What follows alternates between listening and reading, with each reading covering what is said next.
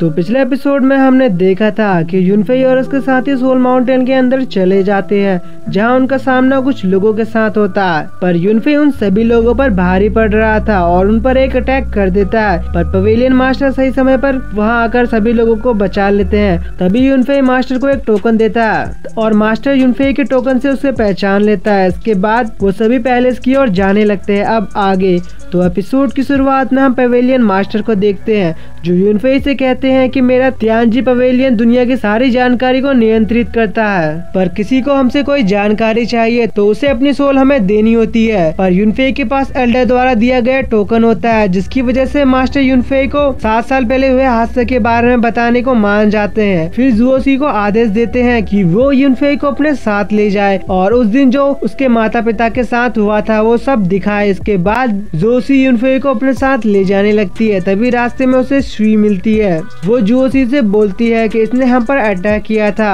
और हमें चोट भी पहुंचाई है, पर फिर भी हम इसकी मदद क्यों कर रहे हैं, बल्कि हमें इससे बदला लेना चाहिए। युनफेई उनकी बातें सुन लेता है और उनसे कहता है कि अगर तुम मुझे मारने का प्लान बना रही हो तो तुम्हें थोड़ा धीरे बोलना चाहिए। शुई कहती है अगर तुमने मेरी बात सुनी ली है तो ठीक है, मगर मैं तुम्हें इतनी आसानी से 7 साल पहले हुए घटना के बारे में जानकारी नहीं दूंगी।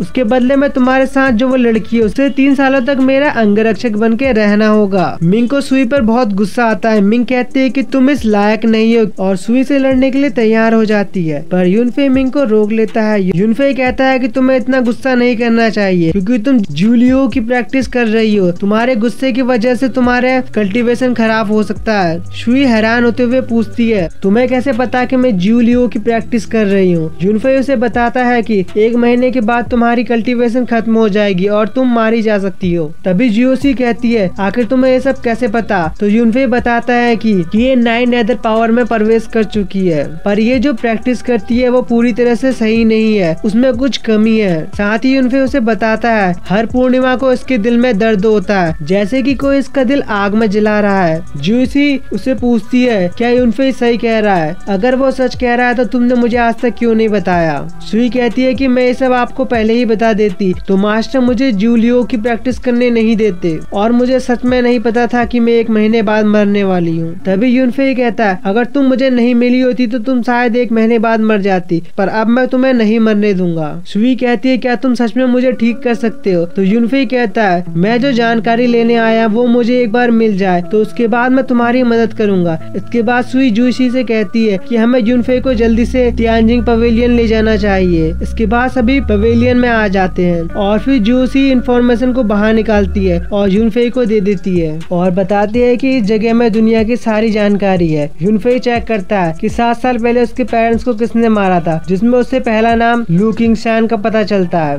और पॉइजन ड्रैगन क्लैन के साथ एल्डर के बारे में पता चलता है। तभी युनफेई कहता है कि इसमें 2 लोगों की इंफॉर्मेशन नहीं है। तो जुओसी बताती है कि मेरे पास इतनी ही जानकारी है, तुम्हें यहाँ बस मॉर्टल लोगों की जानकारी मिल सकती है, जो बाकी के 2 लोग है वो शायद इमॉर्टल होंगे, इसलिए उनकी जानकारी यहाँ पर नहीं है। इसके बाद युनफेई कहता है मेरे माता पिता को जिसने मारा था मैं उनमें से 18 लोगों को पहचान गया हूँ, पर 3 लोग जो आखिर में आए थे क्या तुम मुझे उसके बारे में बता सकती हो। जुओसी कहती है कि उन तीनों को पता लगाना मेरी क्षमता से बाहर है। अगर तुम उनके बारे में जानना चाहते हो तो तुम्हें मेरे मास्टर को यहाँ बुलाना होगा और वो ही तुम्हें बता सकते हैं। फिर जुओसी शुई का इलाज करने के लिए बोलती है और युनफेई भी इसके लिए मान जाता है। नेक्स्ट सीन में हम देखते हैं कि युनफेई शुई का इलाज करने के लिए रेडी था और वो सभी को कमरे से बाहर भेज देता है और फिर शुई के ऊपर कुछ नीडल्स लगा देता है और फिर अपनी पावर का यूज करते हुए उसका इलाज करने लगता है। फिर हमें जुओसी को देखते हैं जो बहुत परेशान थी और कहती है कि युनफेई ने कहा था कि वो बस थोड़ी देर में शुई को ठीक कर देगा,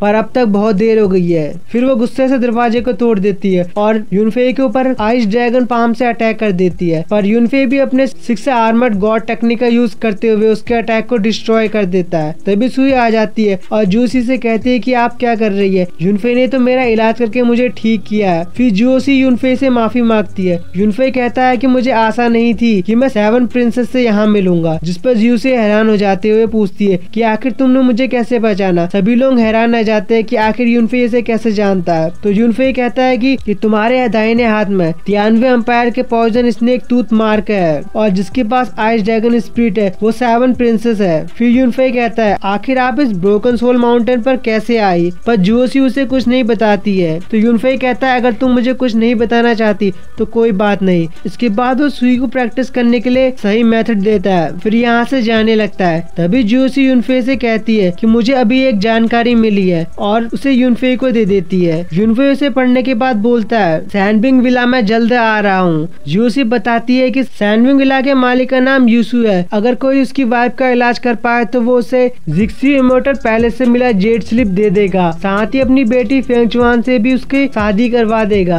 तभी यूनफे कहता है कि ये तो वही 7 जेड स्लिप में से एक है जिसकी मदद से जिक्सी इमोर्टल मैंशन को खोला जाता है। जुओसी बताती है कि यही जेड स्लिप पाने के लिए तुम्हारे फादर के ऊपर हमला किया गया था और उन्हें मार डाला। अगर तुम अभी भी सैनविंग विला में जाते हो तो तुम शायद अपने पेरेंट्स के कातिल से मिल सकते हो, पर शायद ये एक ट्रैप भी हो सकता है। पर यूनफे फिर भी वहाँ जाने के लिए रेड तैयार हो जाता है। फिर नेक्स्ट सीन में हम तीनों को देखते हैं। मिंग पूछती है कि तुम 7 प्रिंसेस को कैसे जानते हो, तो यूनफे उसे बताता है कि तियानवू एम्पायर के मुजियान की 7वीं बेटी है और वो मेरे फादर के साथ एक बार जिक्सी इमोर्टल मैंशन गए थे और इसी वजह से मैं उनकी 7वीं बेटी को जानता हूँ। जिस पर मिंग बोलती है अगर मुजियान तुम्हारे पिता के साथ गया था तो क्या तुम्हारे पेरेंट्स को मरवाने के पीछे उसका हाथ हो सकता है। यूनफे उसे बताता है कि 31 लोग इमोर्टल मैंशन में गए थे पर वहाँ से सिर्फ 7 ही लोग जिंदा बचकर आए हैं और उन 7 ने जिक्सी इमोर्टल मैंशन से एक जेड स्लिप हासिल किया था। जेड स्लिप पर एक कुंफू मेथड लिखा हुआ है।